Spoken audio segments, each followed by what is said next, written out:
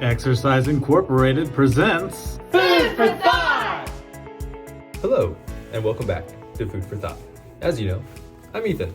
And I'm Kyle. On today's episode, we are making paleo lemon bars. Oh, he knows. I know how to read. He knows how to read. I know how to read. Context clues. To tell us more about the lemon bars, it's just going to be us because we don't have time for a guest this week. They're good. I don't know that because I haven't had them yet, but I bet they're good. We're going to find out. If they're not good, I blame Kyle. I do too. Hey, here's what you need! You're going to need honey, coconut flour, coconut oil, pinch of salt, 3 eggs, and 3 large lemons. That's going to get your crust and your filling. In a large bowl, beat together your honey, coconut oil, and a pinch of salt. I didn't read the directions all the way through, and I went ahead and added my flour, so hopefully this turns out all right. Looks like it turned out just fine. In your 8x8 dish, go ahead and use some of that extra coconut oil,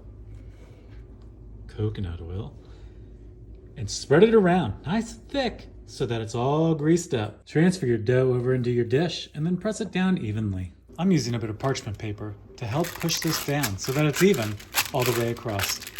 By parchment paper, it doesn't stick. Now we're gonna let this cook for 8 minutes.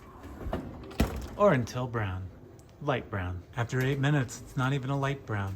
I'm gonna let it go a little bit longer. Starting to see some brown around the edges. I'm gonna pull it out now. Now we're gonna let this cool for about 30 minutes. Once your crust is cooled, gently whisk together the eggs, honey, and lemon zest.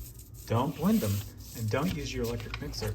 Make sure that you just whisk. You don't want to overbeat your eggs. Now you want to take 1 teaspoon at a time of coconut flour into your lemon juice, constantly whisking. You're only doing 2. Here's what ours looked like. Now you're going to want to pour this into that while constantly whisking. Here's what ours looked like when it was evenly combined. Now we're going to pour it over top of the crust. Once the crust is completely cooled, go ahead and pour your mixture over it. Now we're going to cook this at 325 for about 21 or 23 minutes. Here's what ours looks like. Not going to lie, it looks like cornbread.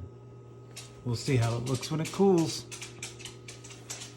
Hopefully it's good. Now we're going to cover this and refrigerate it for 6 hours to overnight. The recipe says best if overnight, so it's probably going to be that. Falling apart a little bit. They were hard to get out. I did grease the pan.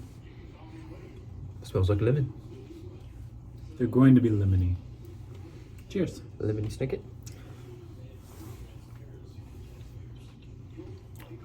Oh. The zest went a long way. Oh, yeah. Woo! I did add a little extra zest. That's a lot of lemon. We'll make you pucker. Woo! Kind of tastes like a lemonade in pastry form. It's like a warm spring day that we don't have here in Indiana. Why? They're good. They're good. Good job, Kyle. Try these. That's a client. Tune in next week. As always, we have no idea what we're doing, but we'll figure it out.